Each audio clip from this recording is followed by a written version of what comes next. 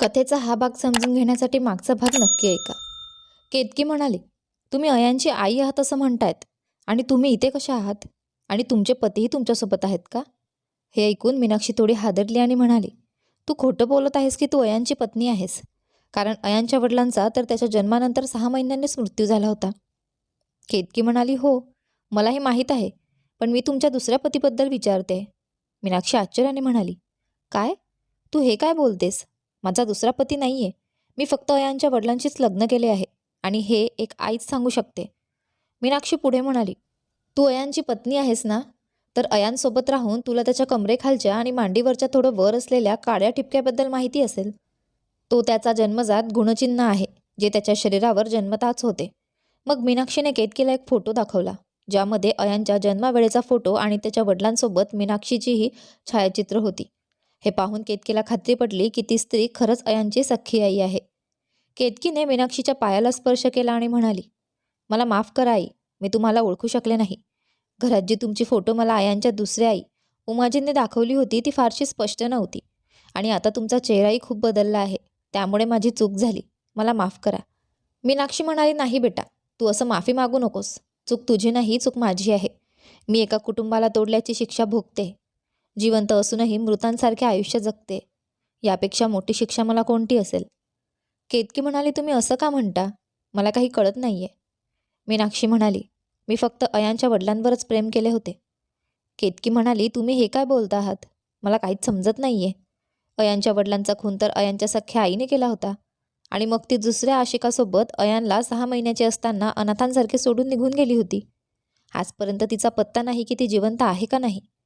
मीनाक्षीने आश्चर्याने विचारले, हे काय बोलतेस तू? आणि तुला हे सगळं कोणी सांगितलं?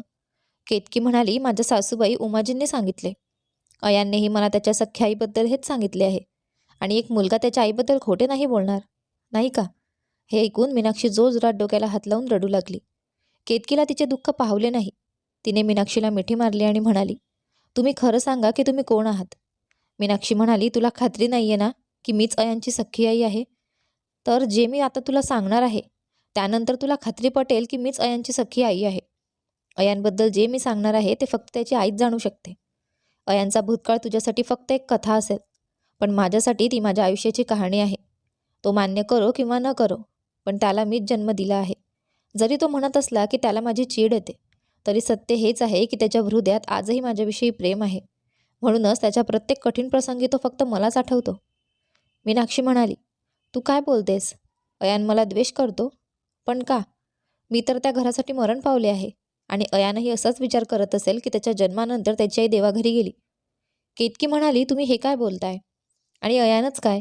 त्या घरातल्या कुठल्याही माणसासाठी तुम्ही मेली नाही आहात, अगदी माझ्यासाठीही नाही. आई, मी हे मान्य करते की तुम्ही कदाचित एक व्यक्ती म्हणून फक्त प्रेम केलं आणि त्यासाठी सीमा ओलांडली, पण एका आईच्या दृष्टिकोनातून तुम्ही 6 महिन्यांच्या बाळाला फक्त तुमच्या प्रेमासाठी सोडून दिलं. मीनाक्षीला केतकी काय म्हणत होती ते समजत नव्हते, म्हणून तिने विचारलं, हो, हे खरं आहे की मी अयांच्या वडिलांसोबत पळून जाऊन लग्न केले होते, पण गुंड्यांपासून अयांचा जीव वाचवण्यासाठी मी त्याला उमाकडे सोडले होते. पण मी काय करू शकले असते? परिस्थितीच अशी होती. मला माझ्या दूध पिणाऱ्या मुलाला स्वतःपासून दूर करणे किती त्रासदायक होते हे तुला समजेल. पण अयानने हे तरी समजायला हवं की त्याच्या आईने असं का केले, पण तो त्याच्या जागी मला द्वेष करतो. केतकी म्हणाली, आई, तुम्ही हे काय बोलताय? उमा आईने तर तुमच्याबद्दल काहीतरी वेगळंच सांगितलंय. मीनाक्षी म्हणाली, सांग, उमाने काय सांगितलंय माझ्याबद्दल?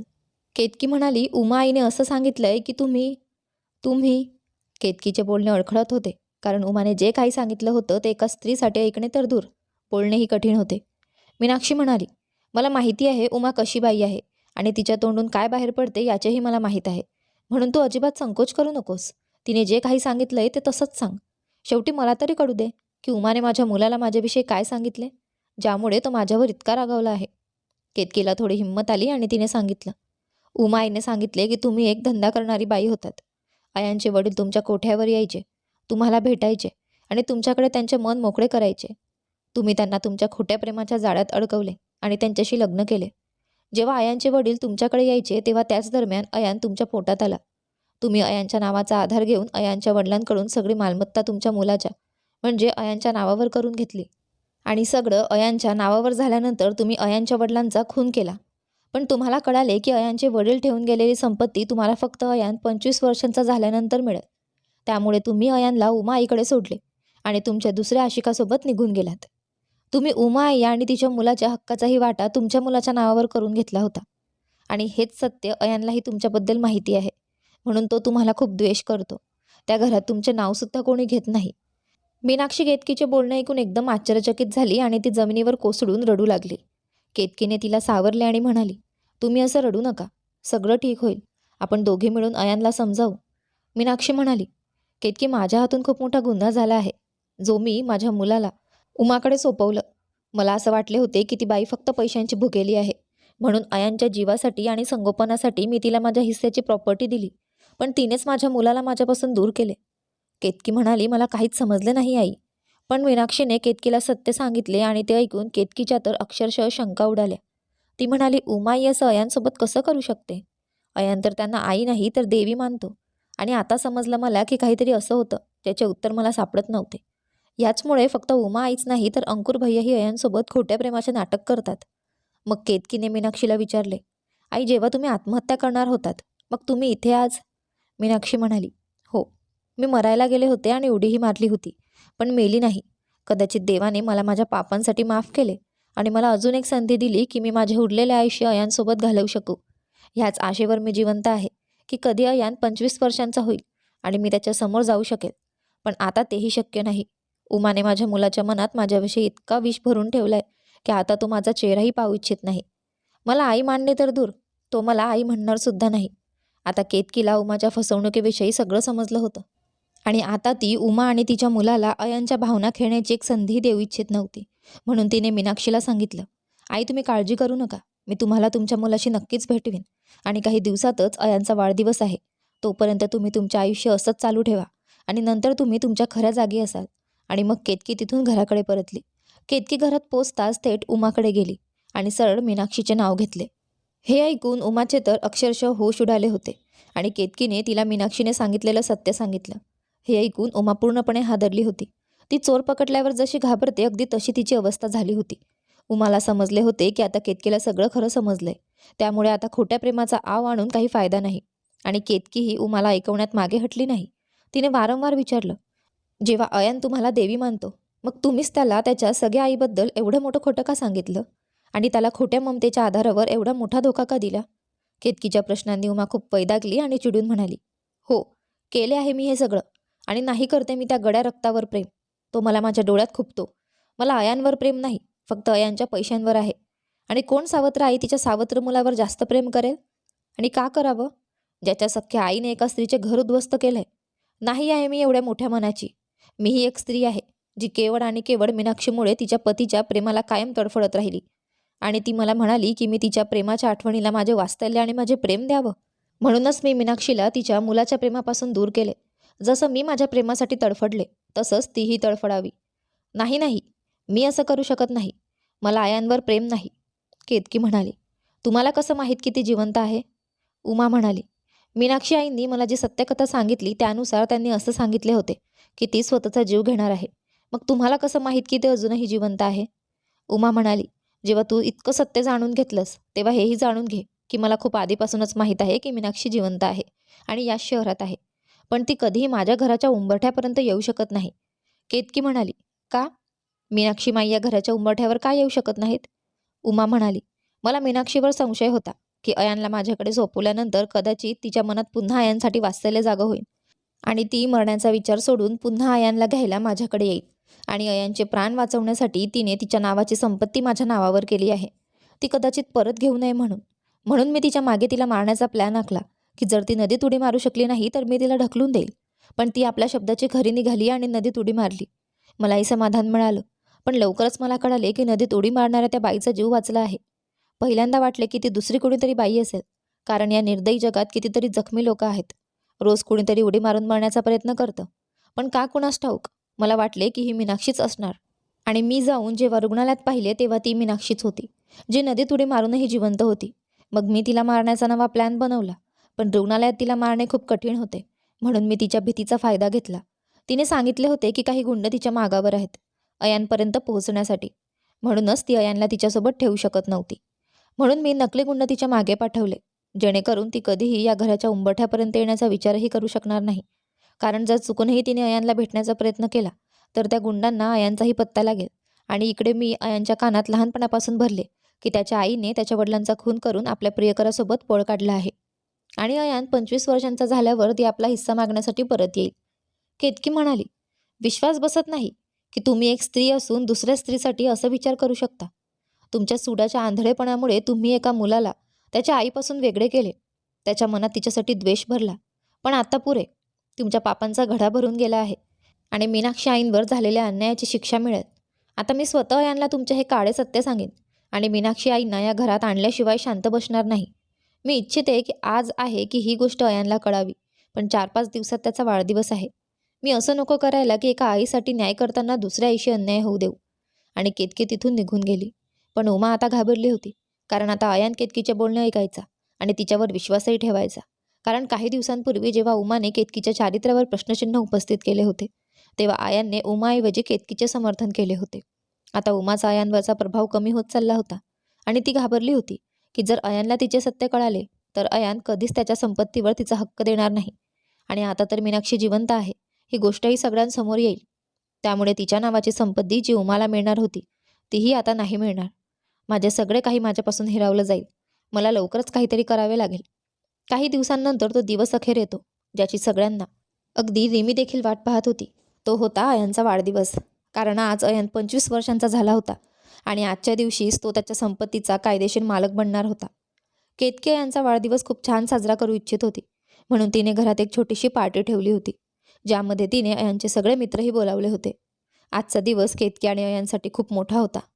संध्याकाळच्या पार्टीसाठी घरात सगळेजण तयार होऊ लागले, कारण आज उमा, अंकुर आणि रिमी यांच्यासाठीही मोठा दिवस होता.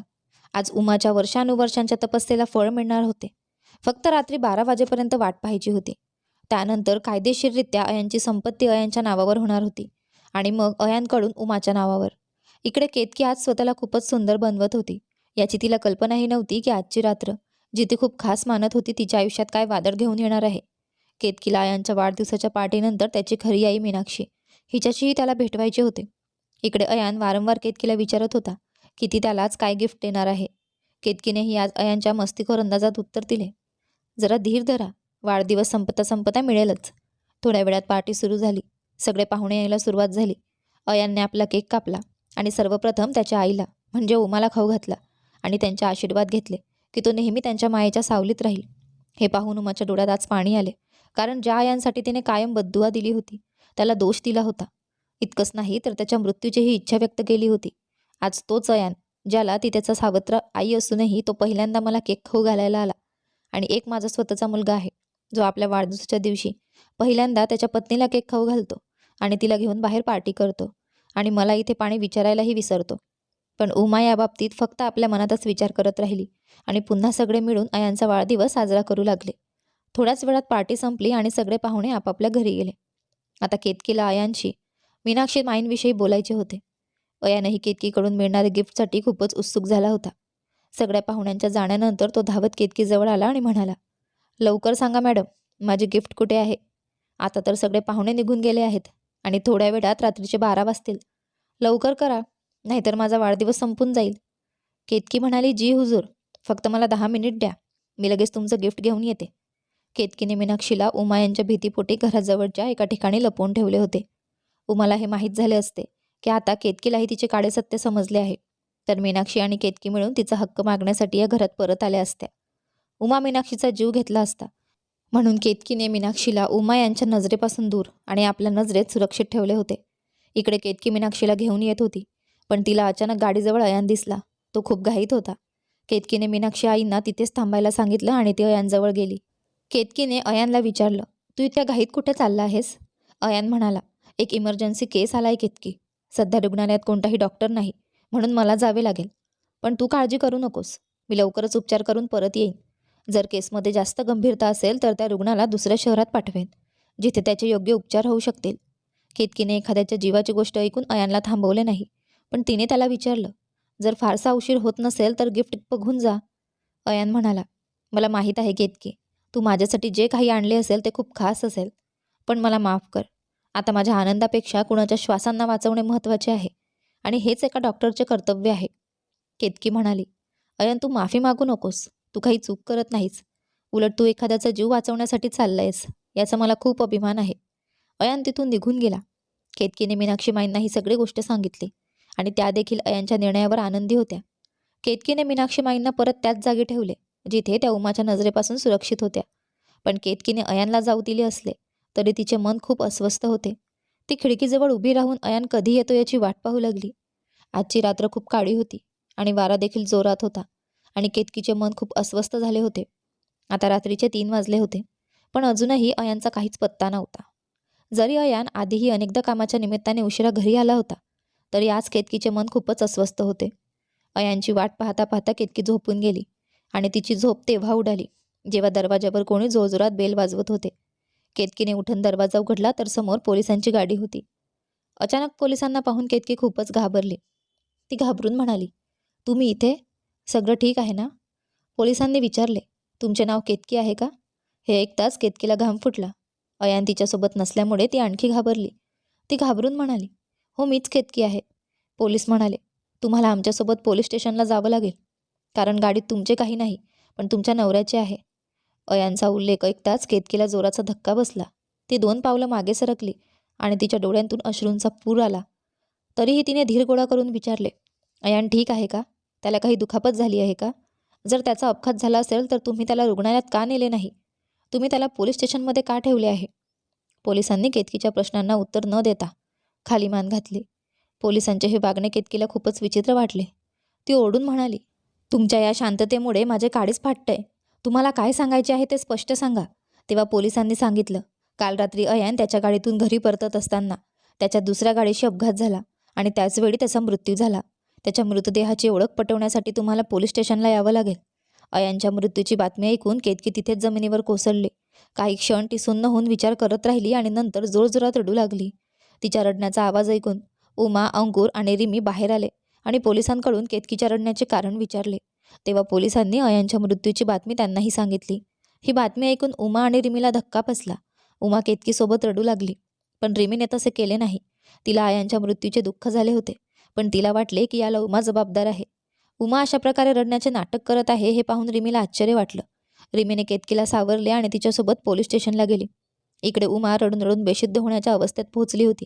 हे सगळं पाहून अंकुरला सहन होईना. तो म्हणाला, आई हे नाटक थांबव आणि आनंदी हो, कारण आता आपल्या मार्गातील काटा दूर झाला आहे. उमाने रागाने अंकुरवर रडून सांगितले, गप्प बस, अयान गेल्याचे मला दुःख आहे. तेवढ्यात वकील आला आणि म्हणाला, अहो मी खरे सांगतोय, 1 आठवड्यापूर्वीच अयानने आपल्या मालमत्तेत केतकीचे नाव जोडले आहे. आता कायद्याने सगळं काही इथपर्यंत की आपण ज्या घरात राहतोय तेही केतकीच्या नावावर आहे. इकडे रिमी आणि केतकी पोलीस स्टेशनला पोहोचल्या. तिथे समोरच अयानचा मृतदेह ठेवलेला होता. अयानचा मृतदेह पाहून केतकी जागेवरच बेशुद्ध पडली.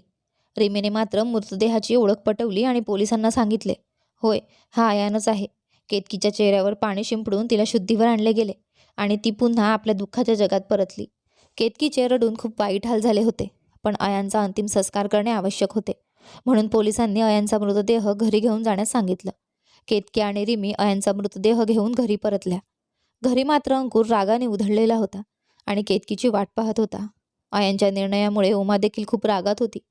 केतकीने घरात पाऊल टाकताच अंकुरने रागाने सांगितलं, थांब तिथेच उभी राहा. केतकीने विचारले, काय झालं भाऊ? अंकुरने रिमीला आत येण्यासाठी सांगितलं. तू आत ये, फक्त तूच. रिमी धावत आत गेली, पण केतकी दारातच उभी राहिली. केतकीने म्हटलं, भाऊ मी अयानचा मृतदेह घेऊन आले आहे. त्याचा अंतिम संस्कार करायचा आहे. यावर अंकुर रागाने म्हणाला, बस आता नाटक करणं बंद कर. मला ना जिवंत अयानची पर्वा होती ना आता त्याच्या मृतदेहाची आहे. केतकीने रागाने आवाज चढवून म्हटलं, बस करा भाऊ, अयान माझा नवरा आहे आणि तुमचा लहान भाऊ. यावर अंकुर जोरात हसत म्हणाला, भाऊ?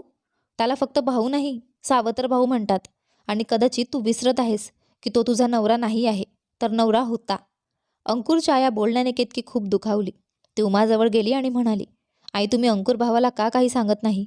तो अयानबद्दल उलटसुलट बोलतोय. उमा म्हणाली, जास्त मासूम बनण्याचा प्रयत्न करू नकोस. तूच माझ्या मुलाला मारला आहेस. उमाच्या या आरोपाने केतकी थरथर कापली.